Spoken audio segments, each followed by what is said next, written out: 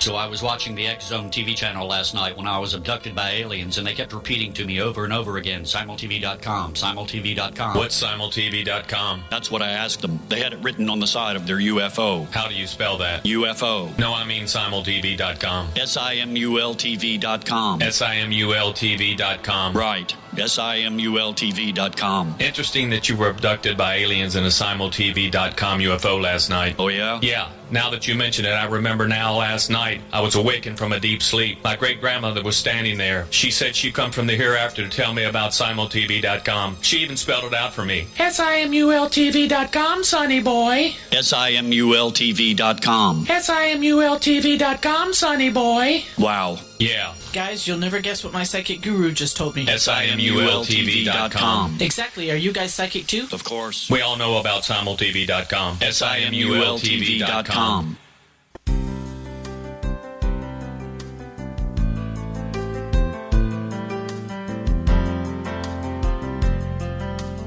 Welcome to Mission Evolution Radio Show with Gwilda Wiyaka, bringing together today's leading experts to uncover ever-deepening spiritual truths and the latest scientific developments in support of the evolution of humankind. For more information on Mission Evolution Radio with Gwilda Wiyaka, visit www.missionevolution.org. And now, here's the host of Mission Evolution, Miss Gwilda Wiyaka.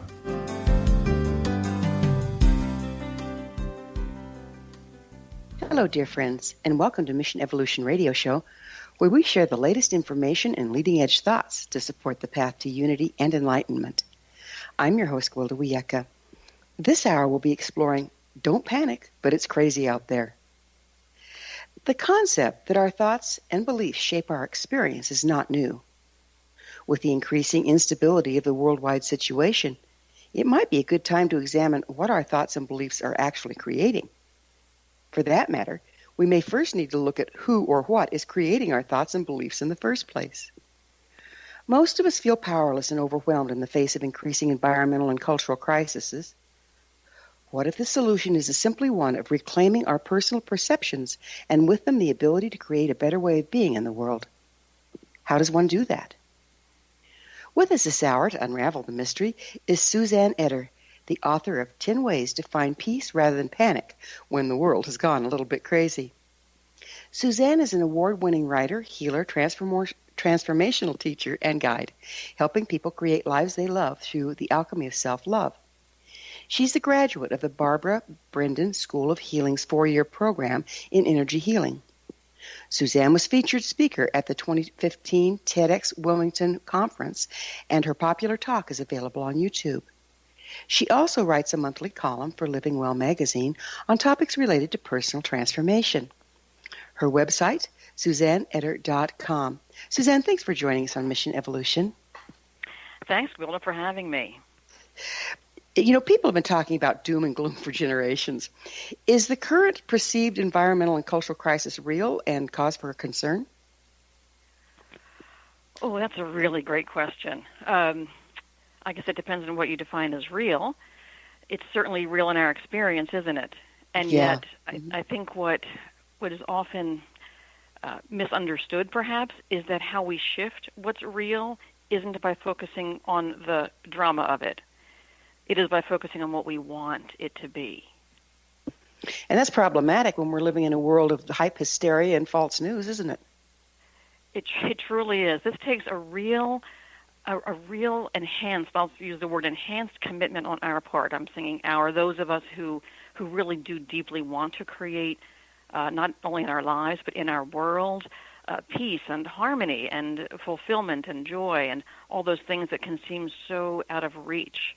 It takes a deeper commitment on our part to recognize our own innate power. And most of us feel pretty powerless. Powerless. How did we get to this state? Well, I think it first has to come through an understanding. You know, if you don't believe that perhaps you are, or we are, each an extension of source, of infinite intelligence, of whatever term you might want to use, if you don't believe that, then you almost can't get there from here.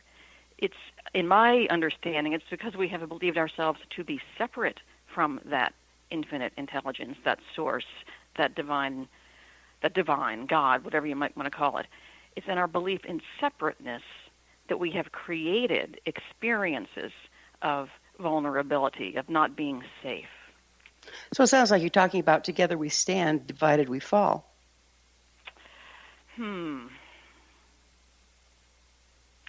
Well, yes and no. I really firmly believe that we do each create our own personal reality, and that it's possible for any one of us to master our vibration in such a way that we could create a personal reality of safety and fulfillment, even though many around us are not experiencing that. So how does one... Yeah, go ahead. ahead. Well, however, we're human, and we are innately connected, and we want all of us to be happy. We don't want just to be happy by ourselves in the world. So from that perspective, we want to co-create with each other this greater, what we might think of a greater world, heaven on earth. But are we? There's two things we're looking at here. One is the individual creating their personal reality, and two is co-creating a larger reality. How do they differ, and how do they work together?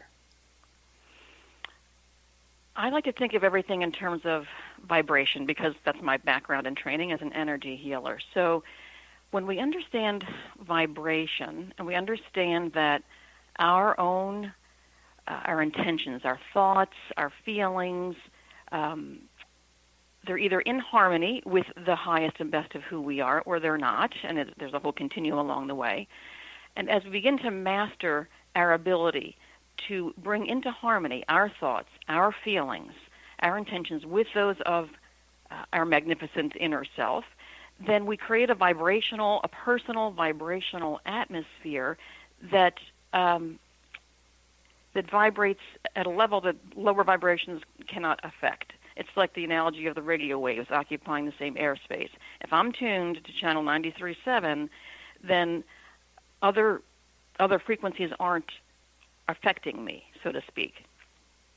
So that's how we can create a personal reality that's different than a group, the general group reality that we're observing.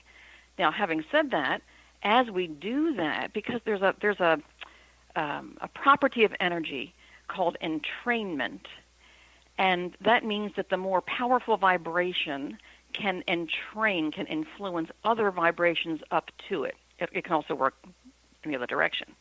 But the reason I'm mentioning that is that each one of us begins to master, to strengthen, to stabilize our own personal vibration at a really peaceful, harmonious, respectful, loving place.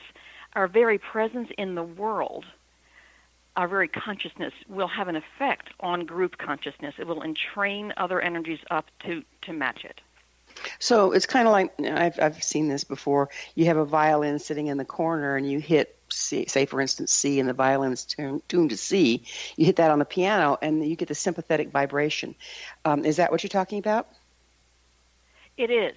It's that resonance, as well as this idea of intensity, of power. So the more powerful each one of us becomes individually, the more effect we have on what I often call the matrix, or the grid of human consciousness in totality.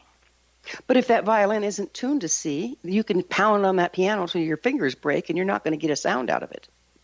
Well, this is where I think some of the analogies can break down, right? There's no analogy that's perfect, right? Thankfully, I think in the realm that we're talking of, really, this realm of these non-physical energies, these subtle energies, that entrainment actually can take place. It's a bit of a continuum rather than higher or lower. Isn't it more like a wider bandwidth to have influence? I'm not sure, to be honest with you. In how I feel it, how I sense it, is more around strength and stability.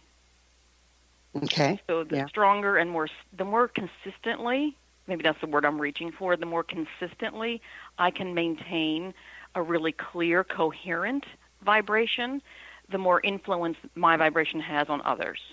Okay. It's more entrained with nature then, isn't it? Yes.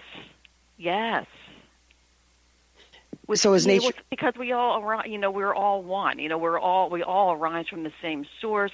This reality that we're living in on this planet is designed with coherence. It's designed with harmonic energy. So as we tune to the harmony of our own inner being, our own, divine essence, we naturally attune to the vibrations of the environment that we're in, the natural environment that we're in. We've gotten a long ways from that, it would look like out there. What happened? Isn't that the big question, right? Yeah. I always wonder. And from my perspective, what happened is we forgot who we were. We lost sight of our innate spiritual nature, or nature of divine, of spirit, of source. We forgot that. We became so entranced with our physical manifested world that we forgot how it's being created, which is through consciousness. So in the forgetting of that, it appears as if we're all separate, literally separate, and therefore vulnerable to outside forces. And in that fear, because our fears and our beliefs and our thoughts create reality, we've created a very fearful-looking reality. Who has their hands on the controls at this point? Yeah, we all do. But we don't know it. It feels like there's a fair amount of manipulation going on out there, right? Well, again, that's because we believe that we're manipulatable, right? We've bought into, so many of us have bought into this self-identity as vulnerable, as really vulnerable, which we couldn't really buy into fully if we understood who we are, if we understood that we are literally extensions of source energy connected to all that is, and that we have a great influence in our experience because of that.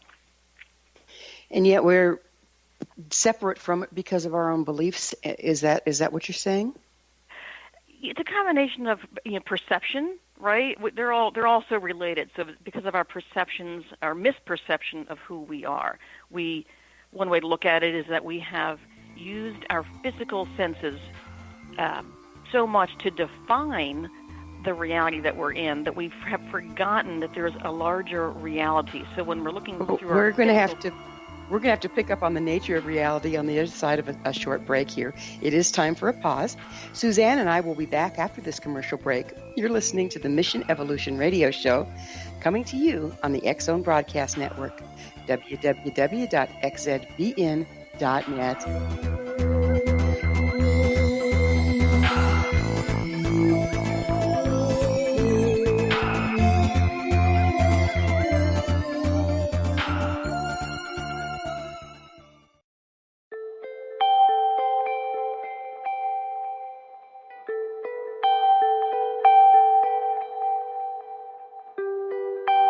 It's hard to listen to the news without realizing we're living in volatile, unprecedented times. Yet never has there been such an opportunity to transform the human condition. As old structures fail, where can we find the guidance to co-create a better way? Find Your Path Home is an ever-evolving, leading-edge information, education, and healing resource center designed to support and guide you on your path to unity and enlightenment. Based on sound principles employed by shaman worldwide, we provide techniques that can support you through the current transitions, offering online shamanic classes, international long-distance shamanic healing sessions, complimentary Mission Evolution radio episodes and Stairway to Heaven TV vignettes, seminars, retreats, and much more. All of this can be found on findyourpathhome.com.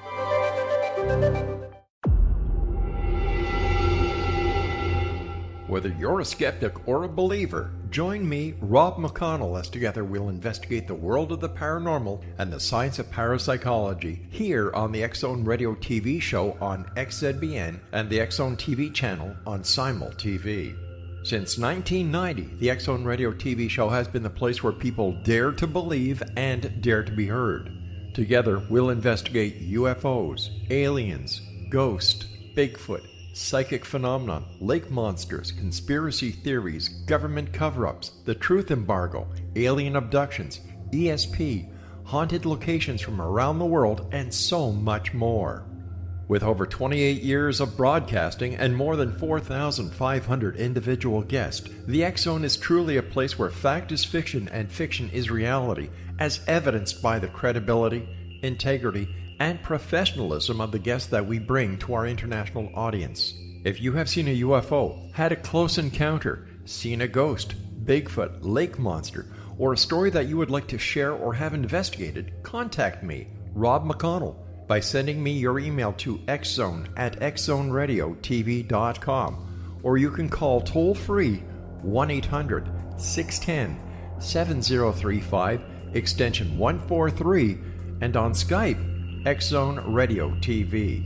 For more information on the X-Zone Radio TV show with yours truly, Rob McConnell, visit www.xzoneradiotv.com or www.xzonetvchannel.com or simultv.com and xzbn.net.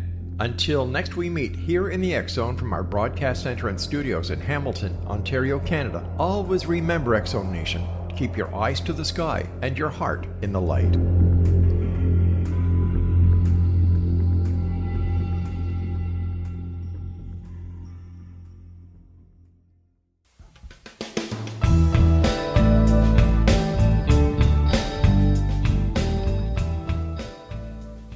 Welcome back. This is Mission Evolution Radio, dedicated to unification and evolution of consciousness.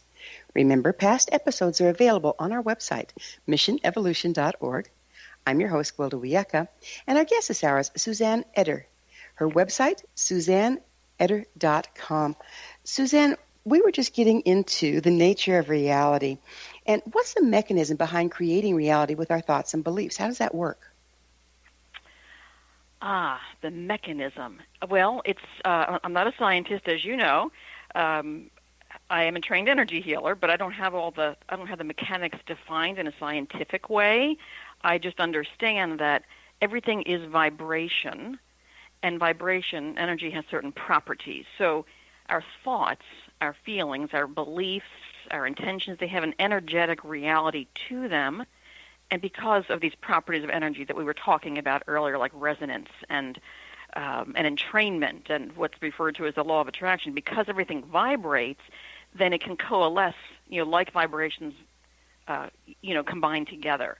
And when a certain critical mass is reached, when a certain intensity, a momentum is reached, then that's when it can kind of hit the tipping point and become perceivable through our physical senses as a physical experience. Are there any studies being done on this where we can pull the science in? I have recently read, what is it? Well, the author's name is Dawson Church, and I think his book is called Mind to Matter. So yes, we've had him on the show. Brilliant man. Yeah, and also, of course, Dr. Joe Dispenza. There are some just wonderful, Bruce Lipton, who I know you've also had on the show before. Mm-hmm. So there are so many really talented, pioneering scientists who are, mapping this out. They're really starting to get the link between thoughts and things. It's leading edge and very much needed right now. I agree. Yeah. Although here's what I will also say: each one of us, science as it's currently oriented, which is measuring things through what we can perceive, either through our senses or through instrumentation. It's still generally an outward focus, and consciousness is an inner experience. And each one of us has the ability to explore our own inner world. We don't need science to validate this for us. However, it's incredibly helpful when it does. But what I'm saying is, rather than waiting for science to fully embrace this, we can delve into it on our own. Yeah, mystics have been looking at it, that for eons, right? Yeah. So let's clarify, what exactly is our inner world or landscape? Let's see. It is a non-physical aspect of our being. So that is our very essence, this completely intangible, undefinable essence of spirit that literally animates our bodies and our being. It is our intentions, our thoughts, our feelings, our beliefs. It's the vibratory essence of who we are. Okay, so do our chakras and auric fields and all that fun stuff play in there? They do, absolutely they do. because our thoughts and our emotions, all those things that I just mentioned, have an energetic reality to them, which, as you know, many people are actually able to perceive through high sense perception. So, yes, we all have an energy field, an individual energy field, and that has chakras and all kinds of really, wonderful elements that are translating things from the non-physical to the physical. So when you're talking about the inner reality, you're talking about inner and outer, but on the non-physical level, is that correct? Yes, I think that's a good way to say it. So it's the non-physical aspect of our human experience, which of course constantly permeates and expresses through the physical as well. Okay. You brought us up something I'd like to go into a little bit. What's the law of attraction? So the law of attraction is, I'm going to use the word force for lack of a better one. It's a force that responds to energetic properties, like these properties that we said of resonance and entrainment. And so the law of attraction, it's a powerful force that it's the force that creates the momentum, the intensity that I was referring to earlier. So let's say I have a thought that I am unworthy.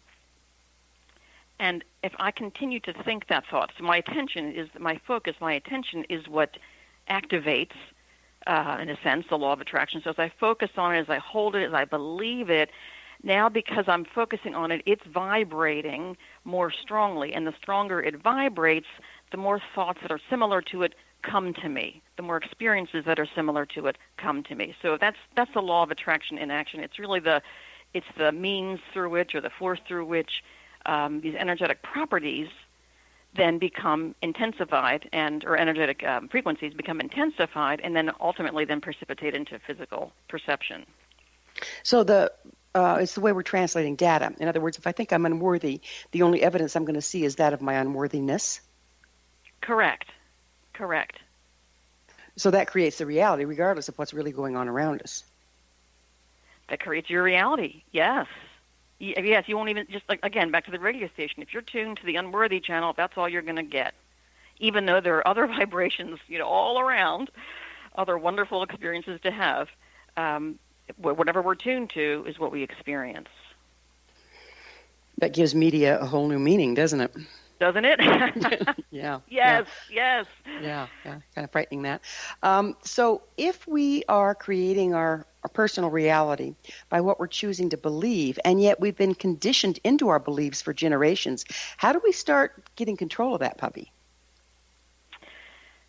Well, first by understanding that's what's happened, right? We have been conditioned, and once we begin to understand these dynamics of how our thoughts, or the vibration of our thoughts, is actually in effect creating, or at least directing, or attracting what shows up in our reality, then we have a responsibility, I believe, to shift them, right? To really find a way to say, okay, I believe this to be true, and therefore it has become true for me, but this is just one of many truths that I could experience if I'm willing to change how I think and what I believe to be true. So it's really about, I use the phrase, the 4 portals of transformation, and they are intention, awareness, willingness, and practice. And so we first want to have an intention, right? I have an understanding here that, oh my gosh, I have been conditioned to believe things about myself and about life that simply are beliefs that we've made true. I want to create a different experience now. That's my intention. I'm making a clear statement of intention, and the heart of intention is desire. I desire a different experience. And now we call on our awareness we want to become more aware of when those beliefs are showing up in our now moment. What kind of similar thoughts am I holding right now as I go through this day that are arising from that belief that I want to change? So it's increasing our self-awareness, and it's becoming willing as we in those moments of awareness, becoming willing to practice a different focus, a different thought, a different focus, really. And that's a very high level, of course, but it really is that. It's intention, awareness, willingness, and practice. And as we practice a different way of thinking, a different way of interpreting, then we start to build momentum in that direction. We start to strengthen and stabilize those vibrations, and then we start to experience more and more of that. You know, what I've experienced, when you set a strong intention, the next step is everything that stands between you and it is all of a sudden up in your face to be cleared. And sometimes that can feel like you're being bombarded and you get overwhelmed. How do you work with that? Well, just, again, Wilda, I think information, education, knowledge is so valuable here, don't you think? Because if I know that, if I understand, this is how it works. My clear intention is like shining a light on everything that isn't it. So I'm going to see it more clearly. And if I know that going in, then I won't react as strongly as if I didn't know that going in, right? So I think just knowing that's like, okay, that's all that's happening here. All that's happening here is that the contrast between what I'm now clear that I want and what I've been thinking all along, that contrast has become more evident to me. So it's just a matter of, I don't mean to make this sound like it's all that easy, because we know that it takes practice. But I think the less dramatic we make it, the easier we make it for ourselves. So it's just understanding, okay, this is how the change process works. As soon as I set an intention, I'm going to become even more aware of all the things that are counter to it. And my job is to not buy into any of those things. One of my personal mantras is, if it's showing up, it's moving up. So as long as I don't buy into those related thoughts or experiences and make them mean something, then I'm creating, I'm withdrawing my focus from them, so I'm slowing down their momentum. And again, I'm focusing in a new direction. It seems like that's fairly destabilizing, though, because we are stable in our dysfunction. And so now you're going into destabilization for a while so you can get the constituent parts so you can rearrange them. Do you have other professionals you refer people out to if they start having trouble with that? I do, sure. If I believe someone needs to be supported through a more conventional form such as therapy or any other kind of modality, I would certainly do that. And I have done that. Yeah, it takes a nice referral base, doesn't it, as we're doing these things? Yes.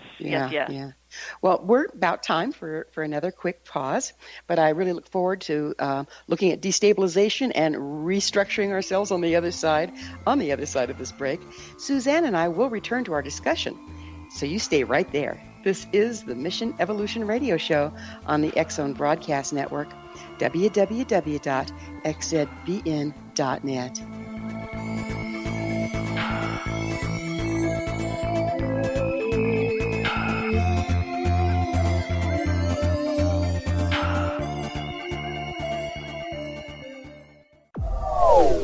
They are here, and they've been here for thousands of years, making their presence known in the shadows. They might be seen by a lonely motorist on a deserted road late at night, or by a frightened and confused husband in the bedroom he is sharing with his wife. But who are they? What do they want? Why are they here? Perhaps most concerning, has the government been aware of their presence all along? The new book by Rel-mar, UFO Disclosure, the 70-year cover-up exposed, delves into the world of UFOs. Can full disclosure be soon? Order now and receive a free hour and 37-minute DVD on the UFO phenomenon. UFOs are real. Get both the book and the DVD, a $40 value, for only $19.99. To order your book and DVD today, go to lamarzulley.net. That's LAMARZULLI.net. Rob McConnell here, presenting an overview for Nicholas Paul Jennings, author of a fascinating book, Amen. It presents facts revealed by Egyptologists, facts that enable us to understand why Amen is the beginning of creation of God. It provides recommendations for religious leaders of the major religions to unify their beliefs and teach the Word of God. Love one another. Amen informs people how mankind conceived God. It was the Egyptians that developed the concepts of a soul, a hereafter, and Son of God. And finally, after the worship of many gods, they conceived the belief in one universal God, the maker of all there is. For more information, visit www.futureofgodamen.com. That's www.futureofgodamen.com.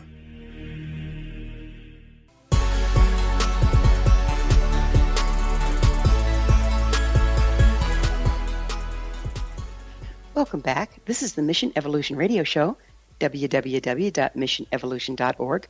We're bringing the latest tools and information to support the path to enlightenment. I'm your host, Gwilda Wiyaka. Our guest this hour is Suzanne Eder. Her website, SuzanneEder.com. Suzanne, we were just about to talk about how destabilizing, and I don't mean that in a bad way, that it can be in order to, break up the matrix that we've become that's, disempowering us in order to co-create a more empowered reality. Can you explain what that looks like, how that happens, and how we can weather it? Well, one thing I'd like to start with my clients and also with myself around that is just softening even. I like the way you said destabilizing, but not in a bad way. It's really understanding that the destabilization is essential, right? It's not a bad thing at all. It's an opportunity to create something totally new. A lot of people are very uncomfortable being in the unknown when that's where we are. That's why it feels destabilizing. That, okay, I've known this world, I've known this life experience that I've had. I haven't yet created a new one. So right now, as I'm in this transition, I'm really in the unknown. And it's in learning how to love ourselves through the unknown that we create stability. So it's in being so kind to ourselves, so compassionate with ourselves. Just, look, I'm learning something totally new here. I'm just giving it more time, more space. I'm going to spend a little more time in meditation. I'm going to really, look for ways to be kind to myself. So, the process of moving through a destabilizing phase can itself be, is itself part of the transformation. We can choose to do it lovingly. I love that kindness and compassion for yourself. It's so key, isn't it? Because it seems like a lot of the lockdown that we're suffering from is because we're afraid to look at the places we've been unkind and judged against ourselves. So isn't this a process of learning the lie and letting it go?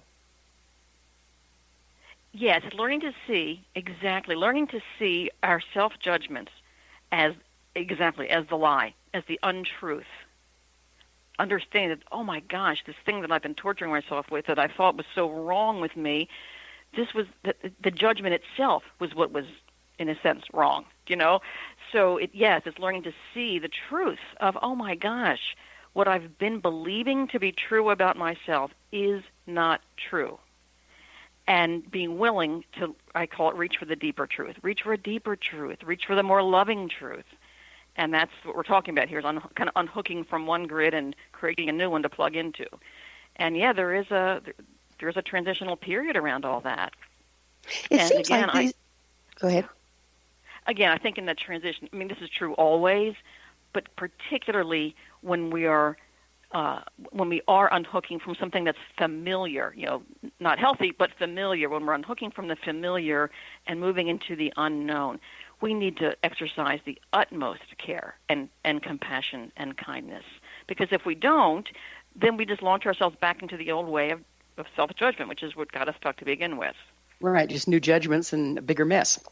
Exactly. Right. Exactly. It's such an alchemical time when everything's up in the air for grabs. So being very mindful of exactly what you're doing and thinking at all times is really important, isn't it? It really is. It really is. And I think what can make that challenging is, again, because of our tendency to self-judge, we think, oh, I have to monitor every thought. Oh my gosh. Oh gosh, that was a bad thought. And we turn that into an exercise of self-judgment. So it's being mindful and kind. I say mindful and kindful. It's like, okay, wow, that thought just came in so quickly, and that was not close to a loving thought. Let me just pause here and redirect. So it's so essential that we be mindful, but in a really, again, a very kind way, with this clear intention. I'm going to be practicing a new way of seeing myself and a new way of relating to myself. Haven't we created the old matrix around our avoidance, our damage, our patterns, our triggers? How can we uncover those things so that we can see the anatomy of what we're trying to dismantle? Boy, there's a real art to this. There's such an art to this, because as we recognize that old matrix of stuff that isn't true, but that we believed to be true, if we spend a lot of time trying to figure out how did that originate, and how long have I been carrying this, and how do I we're back vibrating with it. We're focusing on it, and we're vibrating with it. So there's a real art here that involves recognizing the damaging false beliefs that we've held about ourselves, but not spending so much time trying to understand them and figure them out and dismantle them that we actually feed them. So it's you don't go through the garbage can before you take it out. Right. You just but there's a fine line between that and denial, isn't there? I mean, that's what's so delicate. Mm-hmm. There can be.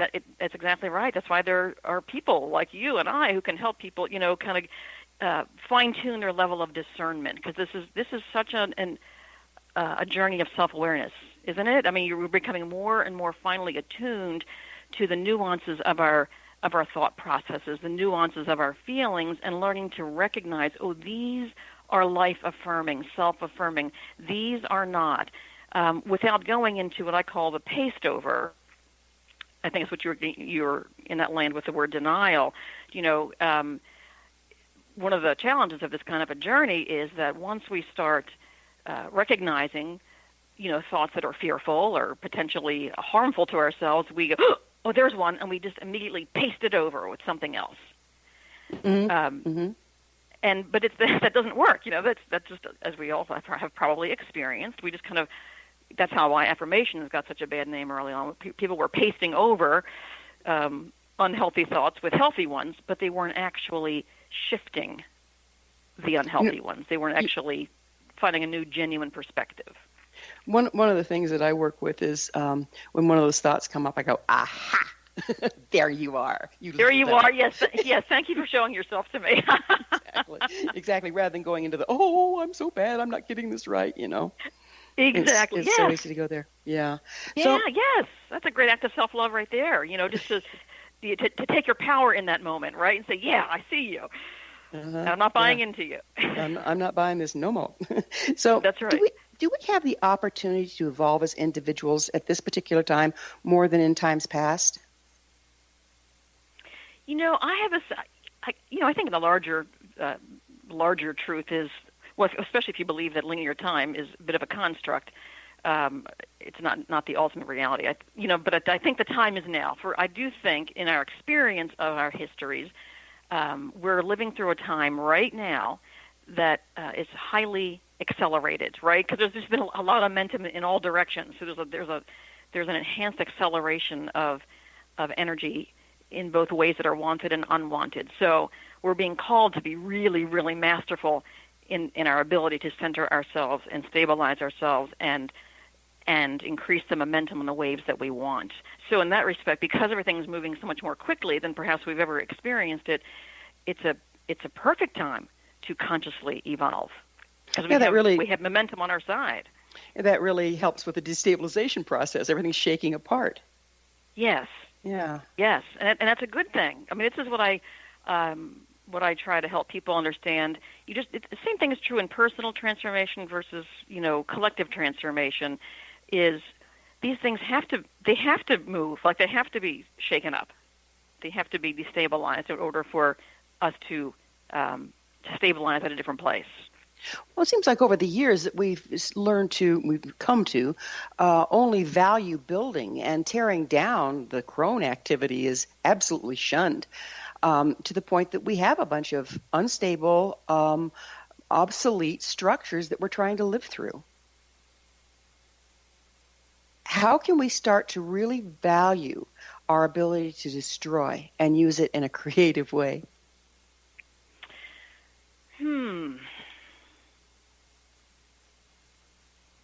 Well, I how do I want to respond to that one? That's a really great question. for me, the word destroy still carries with it a pushing against. That may not be the way you're meaning it. But so for me, I would ask the question, how do we harness our power to create by pulling it away from what isn't working and investing it in what is? And the pulling away is what looks like it's being destroyed. Exactly. That is the destruction, right? Yeah, it's the withdrawal of energy from something. And of course that's immensely valuable, right? We need to be able to refocus our energy in ways that are uplifting. So that's my language around this destroying. It's a claiming of personal power. So it's very powerful, right? So right now I've been focusing in a way in an institution or in a direction or whatever it might be, a self-talk that is so harmful to me. And so I'm going to consciously choose to to harness that. I'm going to bring it in. I'm going to gather my power to me. That's one of my mantras. In love and through love, I gather my power to me, and then I refocus it elsewhere. So in that gathering to me, of course, the thing that I'm removing energy from is being dissolved or dismantled. Right. And that is the key to creation, isn't it? First, we have to start that dissolution process because everything's tied up until we do. I think they happen together. I think the intention, we can start as we start investing our focus and attention on what we're creating, we're at the same time withdrawing it from that which we no longer want to support. Mm-hmm. Yeah, redirection. Very, very, very powerful thoughts there. So, well, we are going to have to take another break. Suzanne and I will be back shortly, so don't you dare go away. You're listening to the Mission Evolution Radio Show on the X-Zone Broadcast Network. www.xzbn.net. We'll talk more about evolution and devolution on the other side, so don't you dare go away.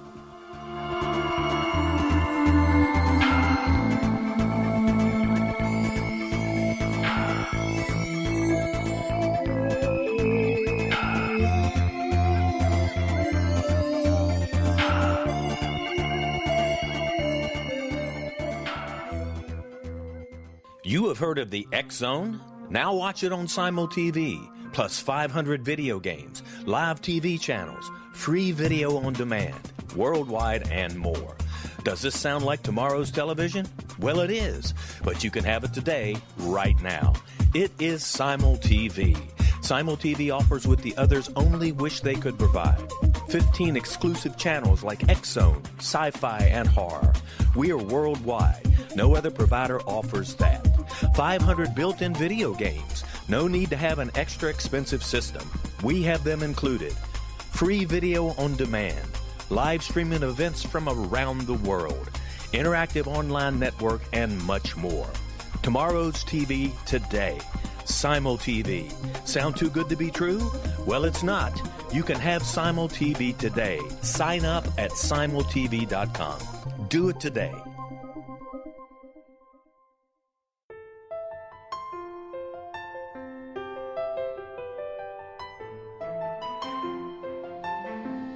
Path Home Shamanic Art School has just launched a new online series of classes, Galactic Shamanism, Art of the Ancients, Key to Tomorrow. In these classes, composed and taught by Path Home founder and director Gwilda Wiyaka, you'll learn practical shamanic skills to support your daily life, such as how to build a medicine wheel to access the power of the earth, perform a shamanic journey, create sacred space in which to live and work, empower your life with totem animals, elementals, and fairy folk, and learn the art of accurately reading signs and omens. These tried and true skills are the key to living a powerful, productive life. Visit us at findyourpathhome.com to see the ever-growing collection of classes and leading-edge information to support you during these times of uncertainty and transition. All can be found at findyourpathhome.com.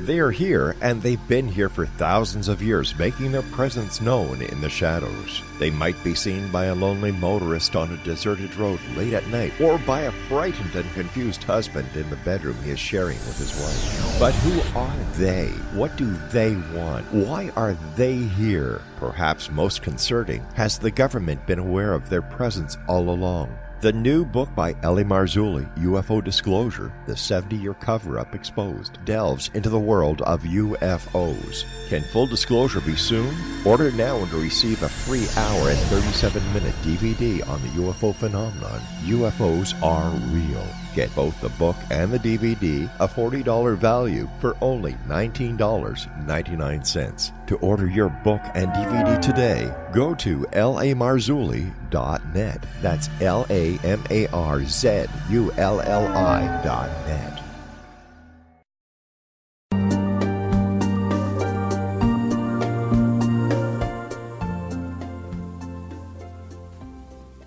Welcome back. This is the Mission Evolution Radio Show, www.missionevolution.org, bringing the latest developments in an evolving world. I'm your host, Gwilda Wiyaka.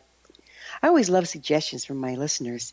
Email me at info@missionevolution.org to propose a topic or a guest that's on your mind. I'm sure we'll all enjoy them.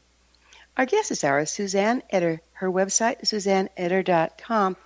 Suzanne, I'd like to talk a little bit about the alchemy of self-love. What is that? Well, it's a phrase that I began using to convey what I'm calling the powerful magic of self-love. And I'm defining self-love as recognizing, as honoring, and expressing the truth of who we are. How we view ourselves, what we believe to be true about ourselves and our inherent worth and power is the single biggest determinant of whether we live genuinely fulfilling lives. So, as we've been talking, because we live in this vibrational universe, the kinder and more respectful I am to myself, the kinder and more respectful the world is to me, because our outer world mirrors our inner one. So I use the word alchemy because I love its magical connotations and because it really refers to changing the essence of something rather than just the form of it. It's transmuting. So we're changing our state of being through this alchemy of self-love. And what I mean by that is that when we bring our intentions, our thoughts, and our feelings into harmony with the essence of who we are, we change our vibrational state of being into one that really can attract the ideas, the inspiration, the opportunities to reflect that state of being in the outer world. So once again, it's a process of, if you're going to express through who you are, you have to figure out who you are. Yeah, that's right. Yeah, self-love, I look at self-love really as self-awareness, because when we recognize the truth of who we are, that's a whole different ballgame from what we've believed ourselves to be, right? Exactly. So true self-love, it starts with awareness, recognizing that truth of who we are, and then, of course, choosing to honor it and express it. And that's where some of those fears can come in. Like I might have a moment in meditation where I really have this deep note, oh my gosh, I'm magnificent. I'm an expression of the divine, and have this incredible mystical moment. And then we go into our day-to-day lives, and those limiting beliefs show up, and they kind of hamper our ability to express that deeper knowing. So it's definitely a journey, as we've been talking this whole time. It's a journey. But I think the reason I like to say the alchemy of self-love is to emphasize fundamentally that love is who we are, and that loving ourselves forward is the only sane and fulfilling way to create the kind of life that we want. What are some of the greatest misconceptions people have about self-love? First, believing that it's selfish, I think, is one of the biggest ones, when really the opposite is true. I think a lot of people, and I'll say women in particular, because of the conditioning of our culture, have been conditioned to put others first as if others were more important than they are. And so when I talk to them about self-love, all they do is they make a switch in their mind, and they say, oh, I guess that means I need to make myself more important. But deep down, we all know nobody is more important. So that doesn't feel good either. So when I'm helping people cultivate self-love, I ask them to think in terms of putting themselves in the center of their own lives and allowing their relationships with others to radiate out from that center. And each person is in the center of their own lives. So it's this web of connection that we can create. But we need to take responsibility for loving ourselves and keeping ourselves centered in the center of our lives. That's interesting, because that's standing in the center of your circle is basic to just about every tradition out there in one form or another. Yeah. And also so is the concept of love. I mean, all the great religions and teachings speak of love. But isn't love simply a frequency? It certainly is that. I don't know if it's simply that. My sense of love is beyond even what we could possibly, put a word to. But it is most certainly, in our experience, a vibration, right? There's an essential vibration that, and harmonies of them, that is love. Right, because we get lost in, trying to earn love, trying to get loved, and it's an attunement process, isn't it? It truly is. It truly is. We don't need to earn or get anything. We don't need to prove ourselves at all, and never did. And those were some of the many false beliefs that we all bought into. Yes, it is absolutely an attunement. Again, I say attuning to the truth of who we are. I don't know if you ever have heard of or read Anita Moorjani's book. She wrote Dying to Be Me. I interviewed her several. Yeah, near-death experience, wasn't it? Yes, and yes. The reason I'm bringing her up now is because in her near-death experience, she became aware of who she really was, and in that awareness, in that attunement, her cancer could not coexist with that. It could not. It was a whole different vibration. And in her book, she described her experience of cancer as being her magnificence repressed, and her healing as her magnificence expressed. Okay. Yeah, which I thought was such a beautiful way to put it. And so, yeah, it's about attuning ourselves with who we really are. What understanding of energy and power is necessary to create a new reality? That's a really good question. People don't need to have a detailed understanding of it, but I think there's just the general understanding that what we think is physical, what we define or call or label physical, is actually energy vibrating. It's atoms and vibrate. Everything's vibrating. Nothing is actually solid, although it appears that way to our senses. So when we understand that everything is vibrating, everything is energy, and we further understand that our thoughts and feelings have an energetic reality to them and are interacting with this physical world through vibration, that's a pretty good basis.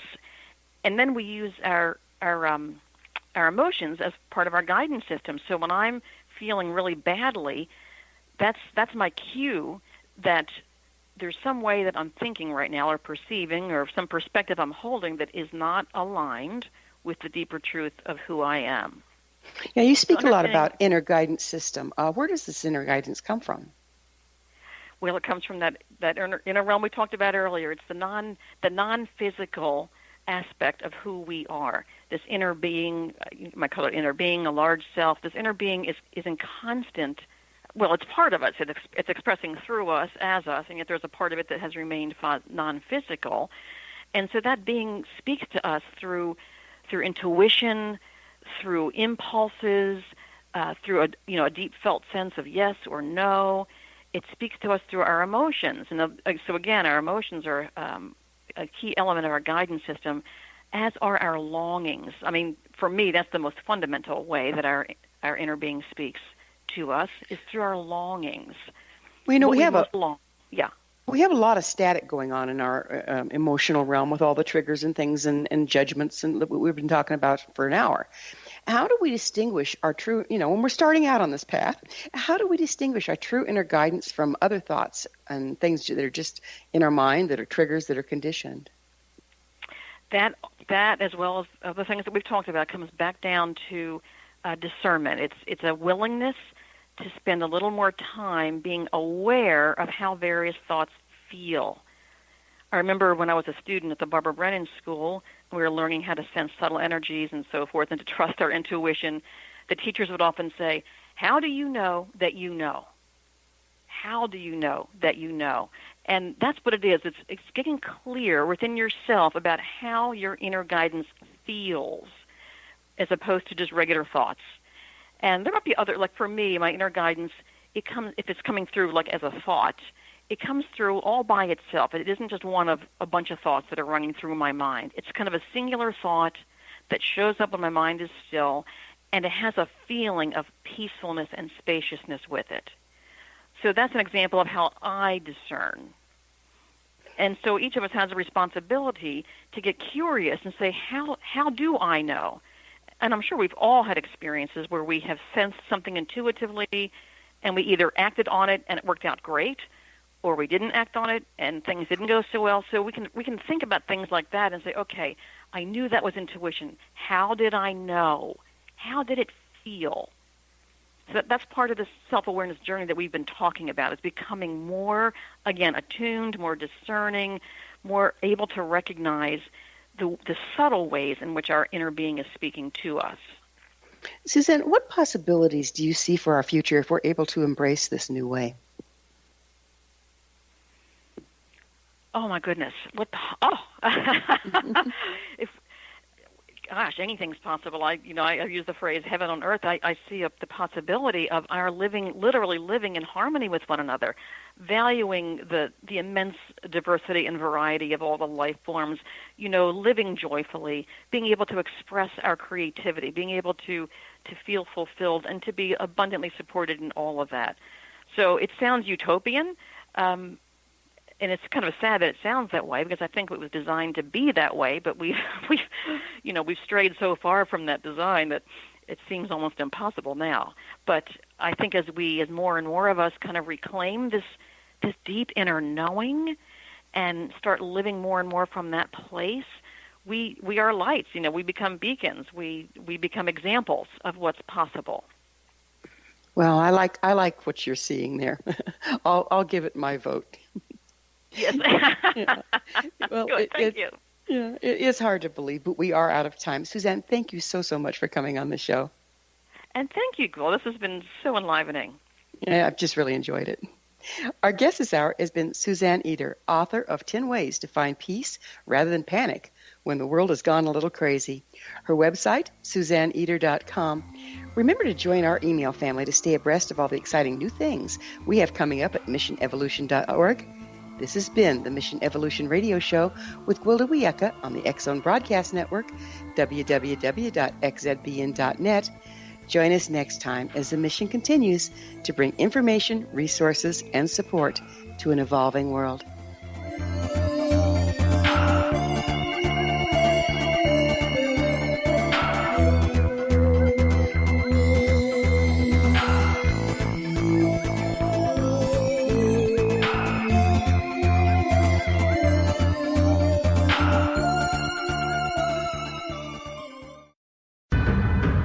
If you are looking for a safe, zero-calorie natural option to the harmful artificial sweeteners on the market today, Just Like Sugar is what you're looking for. Just Like Sugar is a wonderful natural alternative for those health-conscious people who choose a calorie-restricted diet with a great, pure, sweet flavor that tastes just like sugar. Just Like Sugar is a great natural option for people suffering from diabetes and may be useful in restricted diet programs where standard sugars are not allowed and does not cause a laxative effect of some other sweeteners. Just Like Sugar comprises a perfect blend of chicory root fiber, natural calcium, natural vitamin C, and Just Like Sugar's sweetness comes from the natural flavors from the peel of the orange. Just Like Sugar is a natural alternative to harmful artificial sweeteners and will change the way that you believe all natural sweetener products taste. Just Like Sugar is available at your local Whole Foods markets, Wild Oats markets, Henry's, Sun Harvest, and many other fine natural food stores in the U.S., Canada, and worldwide. You have heard of the X-Zone? Now watch it on Simul TV, plus 500 video games, live TV channels, free video on demand, worldwide, and more. Does this sound like tomorrow's television? Well, it is, but you can have it today, right now. It is Simul TV. Simul TV offers what the others only wish they could provide. 15 exclusive channels like X-Zone, Sci-Fi, and Horror. We are worldwide. No other provider offers that. 500 built-in video games. No need to have an extra expensive system. We have them included. Free video on demand. Live streaming events from around the world. Interactive online network, and much more. Tomorrow's TV today. Simul TV. Sound too good to be true? Well, it's not. You can have Simul TV today. Sign up at simultv.com. Do it today.